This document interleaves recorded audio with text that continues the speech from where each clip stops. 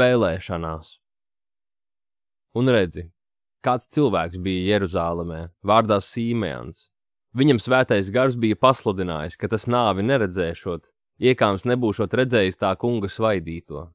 Kad vecāki Jēzus bērnu ienesa, tad to uz savām rokām ņēmis, viņš Dievu teica un sacīja: Kungs, lai nu tavs kalps aiziet mierā, kā tu esi sacījis, jo manas acis ir redzējušas tavu pestīšanu. Lūkas evaņģēlijs. Dievs Sīmeonam bija devis savādu un brīnišķu apsolījumu. Viņš nemirs, neredzējis apsolīto Mesiju.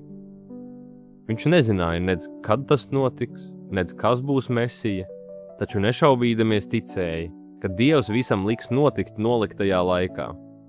Dievs pildīja savu solījumu, sūtot Sīmeonu uz templi tieši tajā brīdī, kad tur bija Marija un Jāzeps ar mazo Jēzus bērnu. Vecais vīrs paņēma Jēzu uz rokām. Kurš gan spētu tam pretoties? Viņš ieskatījās Jēzus sejā, sava kunga un pestītāja acīs, un tas bija viņa mūža diženākais dzīves mirklis. Mēs visi, kas ticam Kristum, arī esam apveltīti ar Sīmeona svētību. Ne tādēļ, ka esam jau sastapušies ar Jēzu, tas mums vēl priekšā, bet tādēļ, ka mūsu sirdīs mīt tāda pati vēlme, kāda mīta Sīmeona sirdī. Jēzus ir kļuvis par mūsu glābēju, par mūsu pestītāju.